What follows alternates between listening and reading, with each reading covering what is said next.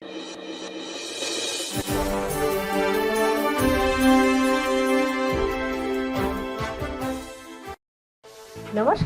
स्वागत है आप सभी का किसान मित्रों के प्रति समर्पित हमारे साप्ताहिक कार्यक्रम पूसा समाचार में। मैं आपके साथ कपिला शेखावत, वरिष्ठ वैज्ञानिक सस्य विज्ञान, और मैं ज्ञान मिश्रा, प्रधान वैज्ञानिक आनुवंशिकी। आइए शुरू करते हैं आज का एक खास अंक, जिसमें हम दर्शकों को मसूर एवं गेहूं में समसामयिक कृषि कार्यों की विस्तृत तकनीकी जानकारी देंगे। आप सभी दर्शकों से निवेदन है कि लगातार नोटिफिकेशन को पाने के लिए हमारे चैनल को सब्सक्राइब करें, साथ ही साथ बेल आइकन को भी जरूर दबाएं। समसामयिक विषयों पर जानकारी के बाद कार्यक्रम के दूसरे हिस्से में हम व्हाट्सएप सलाह सेगमेंट लेकर आते हैं। खेती किसानी से जुड़ी अगर आपकी भी कोई समस्या है तो आप हमें हमारे व्हाट्सएप नंबर 9560297502 पर भेज सकते हैं। हम हमारे विशेषज्ञों द्वारा उसका समाधान व्हाट्सएप के माध्यम से ही आपको उपलब्ध कराते हैं। बृहत महत्व के कुछ चुनिंदा प्रश्नों को कार्यक्रम में शामिल भी करते हैं। कार्यक्रम के अंतिम और तीसरे सेगमेंट में हमेशा की तरह मौसम पूर्वानुमान। रबी फसलों में गेहूं एक प्रमुख अनाजी फसल है। पूसा समाचार के पिछले अंकों में हमने आपको गेहूं की उन्नत किस्मों के बारे में विस्तृत जानकारी दी थी। और गेहूं में अच्छी उपज लेने हेतु इस समय कौन कौन सी महत्वपूर्ण समसामयिक क्रियाएं करनी है, इसके बारे में विस्तार पूर्वक बता रहे हैं हमारे संस्थान के विशेषज्ञ डॉक्टर राजवीर यादव। जनरली ये देखा गया है कि आपकी जो लॉन्ग ड्यूरेशन वैरायटी है उनमें अगर जल्दी बुआई के बाद भी ईयर हेड या बाली जल्दी निकल जाती है, लेकिन उनके साइड के टिलरों में वो कंपनसेट कर देती है, तो उससे ज़्यादा नुकसान नहीं होता। और ज़्यादातर जितनी भी लॉन्ग अवधि की किस्में हैं उनके अंदर जो नंबर ऑफ ग्रेन्स हैं या दानों की संख्या है वो ज़्यादा नहीं घटती बाली ज़्यादा आने से। दूसरा, बहुत सारे किसान भाइयों की एक समस्या है कि ज़्यादातर हर्बिसाइड की जब भी या खरपतवार रोधी दवाइयों का जब छिड़काव करते हैं तो कुछ हर्बिसाइड के अंदर उनके ज़्यादा टॉक्सिक इफेक्ट होने के बाद गेहूं के अंदर पीलापन आ जाता है, तो वो पीलापन से वरी करते हैं कि भाई कहीं हमारे यहाँ पीला रतुआ तो नहीं आ गया। वो पीला रतुआ और पीलापन में बहुत अंतर है। पीला रतुआ पाउडर के जैसा नजर आएगा और पीलापन सिंपली उसके अंदर आप ऊपर से रब करोगे तो कोई चीज उतरेगी नहीं, वो सिर्फ पत्ते पीले दिखाई देंगे। तो मैं उनसे सुझाव दूंगा कि भाई वो जब भी अपनी खरपतवार रोधी का एप्लीकेशन करें तो जो पूरे एकड़ की फॉर्मुलेशन बनाए उसमें 500 ग्राम के आसपास यूरिया मिक्स कर ले। और फिर भी अगर जो समस्या का समाधान ना हो तो आजकल बाजार के अंदर सीवीड यानी जो खरपतवार समुद्र में पैदा होती है उनका extract different company name brand name से अवेलेबल है, जैसे बायोवीटा है, सागरिका है या अलग अलग नाम है। वो उस फॉर्मुलेशन को लेके और एक एकड़ में उनकी रिकमेंडेड डोज के हिसाब से छिड़काव कर दें। तीसरा, जो मैं एक इम्पोर्टेंट बात कहना चाह रहा हूँ कि अगर रेजिस्टेंट फ्लोरिस माइनर यानी जो फ्लोरिस माइनर आपके हर्बिसाइड के स्प्रे से भी कंट्रोल नहीं हो रही, ज्यादातर ये हर्बिसाइड प्री इमरजेंस है। प्री इमरजेंस का मतलब ये कि वो रिकमेंडेशन उनकी ये है कि आपके जमवार से पहले उस खरपतवार का छिड़काव कर सकते हैं। कुछ उनमें से जो प्री इमरजेंस हर्बिसाइड है वो अर्ली ग्रोथ पे यानी 10 या 15 दिन की क्रॉप हुई है तब तक ही छिड़काव कर सकते हैं या 17-18 दिन तक ही। उसके बाद जब भी उनका छिड़काव करेंगे तो क्रॉप में नुकसान होता है, तो इस चीज का ध्यान रखें। और गेहूं के अंदर अगर जो इन दिनों आपकी ग्रोथ ऊपर नहीं हो रही है तो जनरली उसमें फुटाव होता रहता है, तो और वो जब टेम्परेचर बढ़ेगा तो एकदम से वो क्रॉप उठ के आएगी, तो इतना ज़्यादा नुकसान जनरली होता नहीं। देखिए, गेहूं की सिंचाई के लिए जो एक एस्टेब्लिश नॉर्म है, जो हमारी रिकमेंडेशन है बहुत दिनों से चली आ रही है, जिसके लिए हम कहते हैं कि भाई आपने पहली सिंचाई generally CRI crown root initiation stage पे देनी चाहिए, जो जनरली 20 से 22 दिन के आसपास आती है। आप अगर जो उन एरिया के अंदर हैं जिसके अंदर आपको लॉजिंग की समस्या है तो पहले पानी को थोड़ा डिले कर दीजिए ताकि रूट की ग्रोथ अच्छी तरह से डेवलप हो जाए।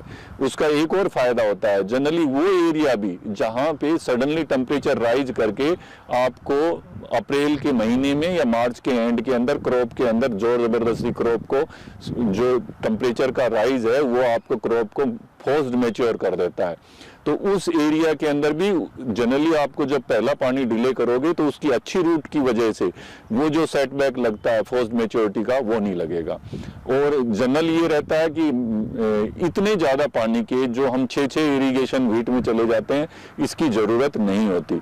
अगर आप इसको 6 से 5 या 4 प्लानिंग करके करें तो यानी जैसे फर्स्ट इरिगेशन आप 27-28 दिन पे कर दीजिए, दूसरी इरिगेशन भी आप उतने ही पीरियड के अंदर, क्योंकि दूसरी इरिगेशन के टाइम तो टेम्परेचर और ज़्यादा गिर जाता है, तो उसको भी थोड़ा सा 5 या 7 दिन बढ़ा सकते हैं। हाँ, आखिरी 2 इरिगेशन के अंदर टाइम गैप आप 20 दिन से कम रख सकते हैं या 20 दिन के आसपास का टाइम गैप रख सकते हैं, डिपेंडिंग अपॉन क्रॉप रिक्वायरमेंट। तो मैं इतना ही कहना चाहूँगा कि ज़्यादा इरिगेशन का गेहूं में इतना ज़्यादा फायदा नहीं है जितनी हमने अजम्पशन मान रखी है। उसको आसानी से 1 या 2 इरिगेशन आप कट कर सकते हैं।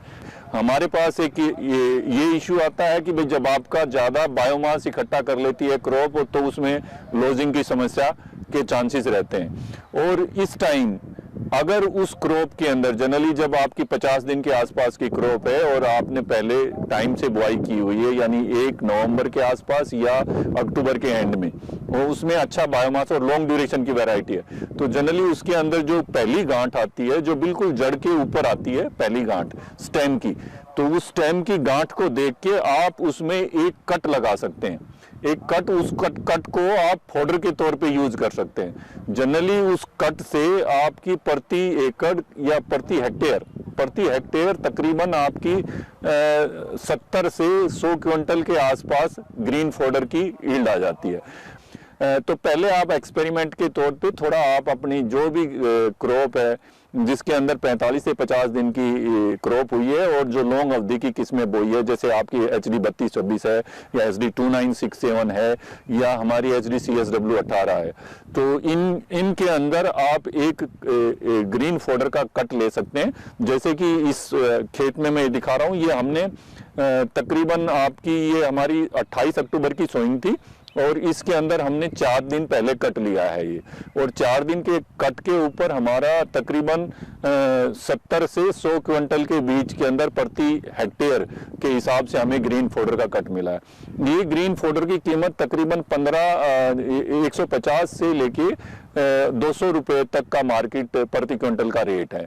तो आप आसानी से 15 से 20 हजार रुपए का मुनाफा भी ले सकते हैं, या जिनके पास छोटी जोत है वो अपने पशुओं के लिए चारे में भी इसका उपयोग कर सकते हैं। किसान भाइयों, मसूर रबी मौसम की एक महत्वपूर्ण दलहनी फसल है। यह पोटेशियम, आयरन, मैग्नीशियम और जिंक से भरपूर तो होता ही है, नाइट्रोजन यौगिकीकरण के माध्यम से मृदा की उर्वरा शक्ति को भी बढ़ाते हैं। जी, और अच्छी उपज लेने हेतु इस समय खरपतवार नियंत्रण सहित अन्य समसामयिक सस्य क्रियाओं के बारे में विस्तार पूर्वक बता रहे हैं हमारे संस्थान के विशेषज्ञ डॉक्टर हर्ष कुमार दीक्षित। हम लोगों को कुछ बातों का विशेष ध्यान रखना चाहिए। पहली बात तो ये है कि हमें सीड को शोधित करना चाहिए, सीड ट्रीटमेंट करना चाहिए। कार्बेंडाजिम से करें आप 3 ग्राम पर केजी सीड के हिसाब से। फिर बीज की बुआई लाइनों में करें। 30 सेंटीमीटर पे या 25 सेंटीमीटर पे लाइन से लाइन की दूरी रहती है, पौधे से पौधे की दूरी 5 सेंटीमीटर रहती है।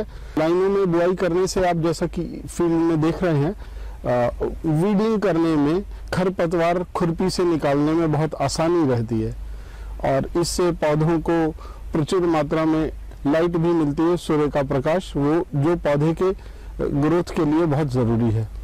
बुआई के बाद तत्काल बाद हमने इसमें हर्बिसाइड का स्प्रे किया था।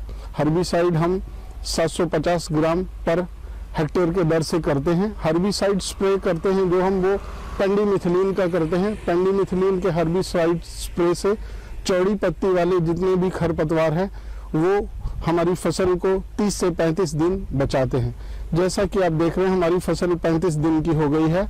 अब इसमें हमने खुरपी से वीडिंग करवाई है। चूंकि मसूर की फसल बहुत धीरे धीरे बढ़ती है, इसलिए ये खरपतवार के साथ compete नहीं कर पाती है।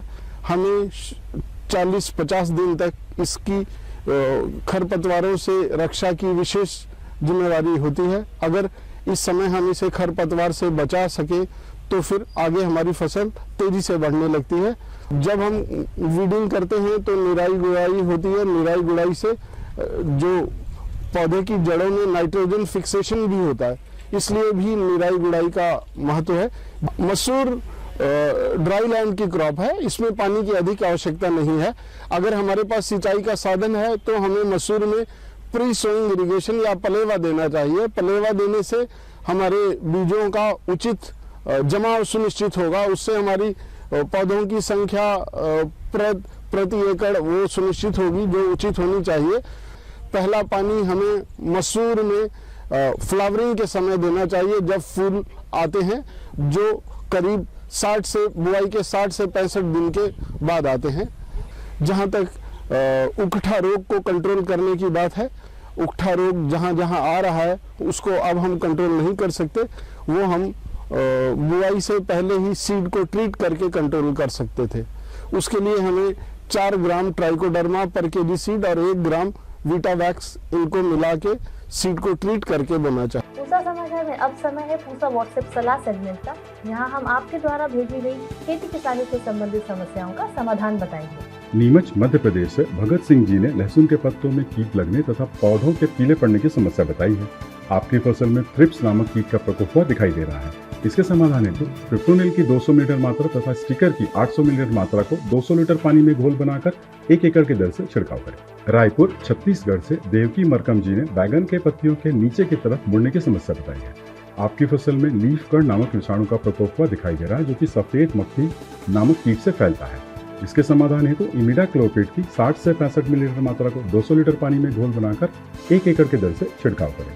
मध्य प्रदेश से बलबीर सिंह राजपूत जी ने पपीते में रोग की समस्या बताई है। आपकी फसल में ब्लैक स्पॉट और स्किन फ्रैकल्स का प्रकोप हुआ है। इसके समाधान हेतु फलों की वृद्धि के समय मल्टीप्लेक्स की करीब 500 मिलीलीटर मात्रा को 200 लीटर पानी में घोल बनाकर 1 एकड़ की दर से छिड़काव करें और अत्यधिक ठंड की अवस्था में फलों को ढक दें। राजस्थान से दिलखुश मीना जी के साथ अन्य किसानों ने बैंगन के तने के सूखने की समस्या बताई है। आपकी फसल में फ्यूजेरियम विल्ट नामक रोग का प्रकोप हुआ है और इसके समाधान हेतु कार्बेंडाजिम और मैंकोजेब की करीब 600 ग्राम मात्रा को 200 लीटर पानी में घोल बनाकर 1 एकड़ की दर से छिड़काव करें। आइए जानते हैं आने वाले सप्ताह देश भर में कैसा रहने वाला है मौसम का हाल मौसम खबर में। भारत मौसम विज्ञान विभाग द्वारा दिए गए मौसम पूर्वानुमान के अनुसार 25 एवं 26 दिसंबर को दक्षिण तटीय तमिलनाडु में, 26 दिसंबर को दक्षिण केरल में, 27 दिसंबर को लक्षद्वीप समूह में कुछ कुछ स्थानों पर भारी वर्षा होने की संभावना है। 25 एवं 26 दिसंबर को पंजाब, हरियाणा, चंडीगढ़ और दिल्ली के अलग अलग इलाकों में शीतलहर की संभावना है। 25 दिसंबर को उत्तर प्रदेश, हिमाचल प्रदेश, उत्तराखंड, उत्तर राजस्थान, बिहार, उप हिमालयी पश्चिम बंगाल, सिक्किम, त्रिपुरा में, 25 से 27 दिसंबर के दौरान पंजाब, हरियाणा, चंडीगढ़ और दिल्ली के अलग अलग हिस्सों में रात तथा सुबह के समय घना कोहरा छाने की संभावना है।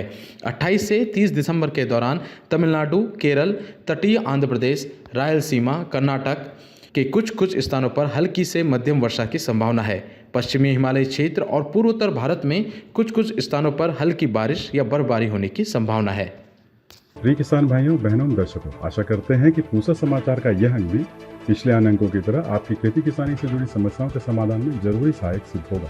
आप सभी दर्शकों से निवेदन है कि ज्यादा से ज्यादा संख्या में हमारे संस्थान के चैनल को सब्सक्राइब करें और पूसा समाचार के हर अंक का लाभ उठाएं।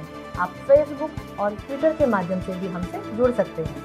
कृषि से जुड़ी समस्याएं या अधिक जानकारी हेतु आप हमें दिखाए जा रहे नंबर पर व्हाट्सएप करें। साथ ही अपना नाम और पता अवश्य लिखें। आपके सुझाव और प्रतिक्रियाएं हमें हमारे कार्यक्रम को बेहतर बनाने में बहुत ही सहायक सिद्ध होते हैं। हमारे कार्यक्रम में रुचि लेने और लगातार हमसे जुड़े रहने के लिए बहुत धन्यवाद। अब हमारी आपसे मुलाकात होगी अगले शनिवार, जहां खेती किसानी से जुड़े कुछ अन्य महत्वपूर्ण विषयों पर हम विशेष जानकारी लेकर हाजिर होंगे। तब तक खेत खलिहान के साथ अपना भी खूब ख्याल रखिए और हमें दीजिए इजाजत। नमस्कार।